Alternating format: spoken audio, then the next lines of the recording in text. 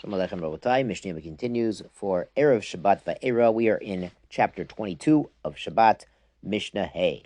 Harochetz b'mei mara, one who washes himself in water that's in the cave of Mei Tveria, or in the waters of Tveria. They had hot springs up there in Tveria, very gishmak. V'nistopeg, and he dries himself off. You'll notice this is the same shorsh, sfog, the sponge we mentioned earlier. This nistopeg means drying oneself off. Afilub eser aluntiot, even if he uses 10 towels. This guy's mamish, he's dry. And there's not a lot of water in each towel, but still, lo yiviem biado. He can't carry them home in his hand. Now we're talking about there is an eruv, that he's in Tveria, by the shore, by the springs, or he's by the cave. The cave's in the eruv. He could carry technically, but because these are wet towels and this man's by himself, the Mishnah is concerned he might wring them out. As we mentioned, by the sponge, it's sachita, it's squeezing, it's a problem, it's a malacha. Aval, but the Mishnah says, aval asar b'nei adam, if you have 10 men together, mistapkin baluntit achad, and they all share one towel, hopefully it's a big towel, pnei midayim reglehim, they dry off their face and their hands and their feet, meviyanot biyado, they could carry this towel home, because there's 10 of them there, they're going to remind each other not to wring it out, even though it's soaking wet, whereas the towels in the first case were only slightly wet. Again, the concern is not the carrying, but the wringing out, the squeezing out of the water. But the Barner here says the halacha is not like this Mishnah, and we're not concerned even with one person that he will come to squeeze out the towel.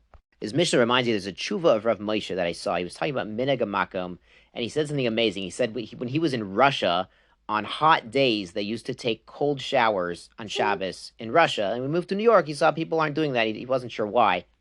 If anyone knows where in Igros Moshe, that this tshuva is, please remind me. I haven't seen it in many years. But it's interesting because he says when it was hot in Russia, it doesn't get all that hot in Russia, and they were still bathing on Shabbat, of course, in a halachically permitted way. It's kind of a reminder that sometimes people can be very machmir about bathing and washing on Shabbat and on Yom Tov, and that's a chumrah shabali de kula, because there's a mitzvah bein adam lechavero, there's a mitzvah of kavod of your creator to be presentable and well-groomed. But of course, consult your local posek for guidance, specific guidance about bathing on Shabbat and Yom Tov. On to Mishnah Vav, Sachin u'memashmashin b'vnei me'ayim. You can anoint and massage your kishkas. During bathing, they used to rub oil on their skin, on their body, and they're allowed to massage it in, avol lo mit omelin, v'lo mit garin, but not knead the oil in vigorously and not scrape. They also used to scrape. One of the methods for getting clean that ancient people used, the Romans and the Greeks, they would rub oil, in the hot bath, rub oil on the skin, and then scrape it off, and you get the schmutz off with that also. So you can't do that on Shabbat. Mishnah continues, Ein Yordin lekordima. And some have a girsa polima, so you can't go there on Shabbat. Some people say it was a river with quicksand, and someone could get stuck, or there was a place with very slippery mud, and if he went there to cool off in the water, then everything would fall in and get muddy, and he would come to wring it out or wash it. So that'd be a problem. Ein me'otzvin et hakatan. We do not straighten out a child's limbs. Ein mechazrin al hashever, or set a fractured limb in place. I missed one segment right after Ein Yordin Kadima, but Ein Osin apiktoizin. You can't make this. It's called an emetic. It's something that causes vomiting. So it's some sort of medication. There's a gezerah against making medication we mentioned earlier. So you can't create this thing on Shabbat to make somebody throw up. The Bartner also mentions that in terms of setting a fracture, a broken bone, or a sprain, says the halacha is not like the Mishnah, and it would be permitted on Shabbat.